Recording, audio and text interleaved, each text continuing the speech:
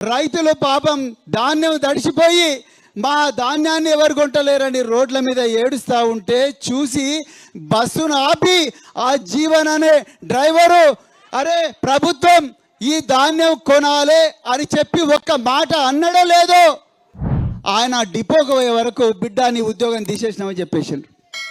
అంటే రైతుల గురించి మాట్లాడడమే తప్పు. మీరు ఆలోచించండి ఒకసారి. రైతుల గురించి మాట్లాడడమే తప్పు అయిపోయింది. ఇప్పుడు రైతుల గురించి మాట్లాడితే పోలీసు కేసులు, రైతుల గురించి మాట్లాడితే ఉద్యోగాలు తీసేస్తూ ఉన్నారు.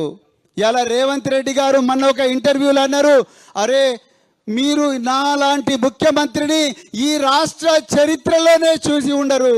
నేను రోజుకు అన్నం తినకుండా 18 గంటలు పని చేస్తుంటే నేను ఏ అధికారుల పనితీరును రివ్యూ చేస్తున్నారో వాళ్లకు చెమటలు వచ్చి పారిపోతున్నారు అని అన్నాడు రేవంత్ రెడ్డి. అన్నాడు మన కొండారెడ్డిపల్లి ముద్దుబిడ్డ, వంగూరు ముద్దుబిడ్డ రేవంత్ రెడ్డి. నేను ఒక అధికారిని అడిగిన, నేను కూడా ఒక అధికారిగా 26 సంవత్సరాలు పనిచేసిన, ఏమైనా నీకు చెమటలు వస్తున్నాయా అన్న. ఆయన నిజంగా వస్తున్నాయి సార్ అన్నాడు. ఎందుకు వస్తున్నాయి అన్నాడు. ఇక సార్ ఈ ముఖ్యమంత్రి రివ్యూ చేస్తున్నాడంటే దేని మీద రివ్యూ చేస్తాడు? నేను అడిగిన, రైతుల మీద రివ్యూ చేసిన, నాకు ఆశ రైతుల కష్టాలను పోతాయని. రైతుల మీద రివ్యూ చేస్తాడా? గోనె బస్తాల మీద రివ్యూ చేస్తాడా?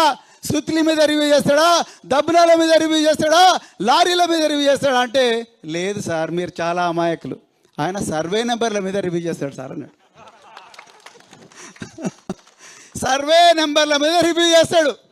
ఎక్కడ భూములు ఉన్నాయి, ఆ భూములకి అలా రేట్ ఎంత ఉన్నది, ఎక్కడ అసైన్డ్ భూములు ఉన్నాయి, ఎకరానికి 10 లక్షలకే వచ్చే భూములు ఎక్కడున్నాయి, ఆ భూములను అగ్రిమెంట్ చేసుకొని మన దగ్గర పెట్టుకుందాం. తర్వాత ఎంఆర్ఓని పిలిపిద్దాం. ఎంఆర్ఓని పిలిపించి భూభారతి పోర్టల్ ఓపెన్ చేయి, రికార్డులు తారుమారు చేయి, ఆర్డీఓను పిలిపి రికార్డు తారుమారు చేయి, కలెక్టర్తో ఆర్డర్ ఇప్పి రైతుల నోట్ల మట్టి కొట్టు, 100,000 మంది పోలీసులను అక్కడ బందోబస్తు పెట్టు. దాని తర్వాత రైతులందరినీ జైలుకు పంపియు. దాని తర్వాత అక్కడ 4,000 కోట్లతోని రోడ్డు వేయు. ఒక్కసారి రోడ్డు వేయగానే నాకు ఒక ఆయన ఫోన్ చేసిండు మహేశ్వర మండల్ నుంచి, సార్ మీ దగ్గర ఉన్న డబ్బులు ఉన్నాయన్నాడు. నా దగ్గర లేవు భయ్ అన్న. డబ్బులున్న లేవని తీసుకురండి సార్ అర్జెంటుగా అన్నాడు. ఏమైందన్న, మాది జంగల్ లాంటి భూమి సార్, కానీ ఇప్పుడు రోడ్డు వేస్తున్నాడు రేవంత్ రెడ్డి, ఒక్క దమ్మున 10 లక్షలు పోయి ఎకరం 10 కోట్లు అయింది, అర్జెంటుగా మీరు ఎవరినైనా పట్టుకురండి సార్ అన్నాడు. అంటే ఇప్పుడు అర్థమైందా? రైతుల గురించి రాత్రింబవళ్ళు కష్టపడే ముఖ్యమంత్రి కేసీఆర్ గారు. నిజంగా చెప్తున్నా మిత్రులారా, ఇది మీకేదో చెప్పడం కాదు. మేము అధికారిగా ఉన్నప్పుడు కేసీఆర్ గారు ముఖ్యమంత్రి ఆ కార్యాలయంలో కూర్చుంటే రైతుల సమస్యలు మాట్లాడేటప్పుడు వేరే ఏ డిపార్ట్మెంట్ గురించి కూడా మాట్లాడేటోడు కాదు. మరి జూన్ నెలలో జూలై నెలలో తొలకరి చినుకులు పడుతున్నాయంటే డిసెంబర్లోనే యూరియా గురించి చర్చ జరిగేది. పంట కోతకు వస్తుందంటే 3 నెలల ముందరనే టార్పాలిన్ల గురించి, తాటిబాంల గురించి టార్పాలిన్ చర్చ జరిగేది, లారీల గురించి చర్చ జరిగేది, లారీలో పోసే డీజిల్ గురించి చర్చ జరిగేది.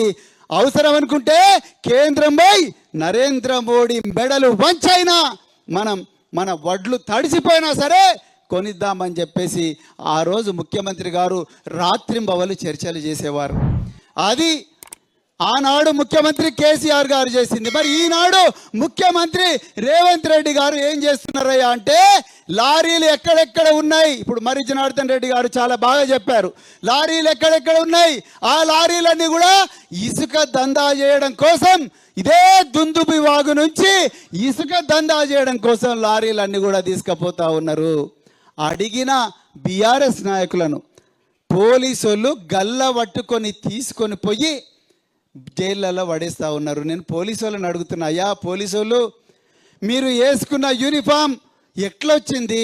ఎంతమంది అమరవీరులు త్యాగం చేస్తే ఆ కాకి డ్రెస్సుకు విలువ వచ్చింది? మీరు పాటిస్తున్న చట్టం ఏంది? మీరు మొదట అరెస్ట్ చేయాల్సింది ఎవరిని? కొండారెడ్డిపల్లిలో సాయిరెడ్డిని చంపిన వాళ్ళను బాలనరు చేసి దాని తర్వాత మా పోల్కంపల్లి సురేందర్ దగ్గరికి రండి, మా గణేష్ రావు దగ్గరికి రండి, నరేందర్ దగ్గరికి రండి, మా బీఆర్ఎస్ నాయకుల దగ్గర రండి. మేమన్నా ఆస్తులు అడిగినావా? రేవంత్ రెడ్డి పొలాలు అడిగినావా? తిరుపతి రెడ్డి బంగ్లా గురించి అడిగినావా? కొండలరెడ్డి బంగ్లాల గురించి అడిగినావా? వాళ్ళ విల్లాల గురించి అడిగినావా? వాళ్ళ లగ్జరీ కార్లను అడిగినావా? మేము మా దుందుబి వాగులో ఉండే ఉష్కను మేము కాపాడుకుంటామంటున్నాం.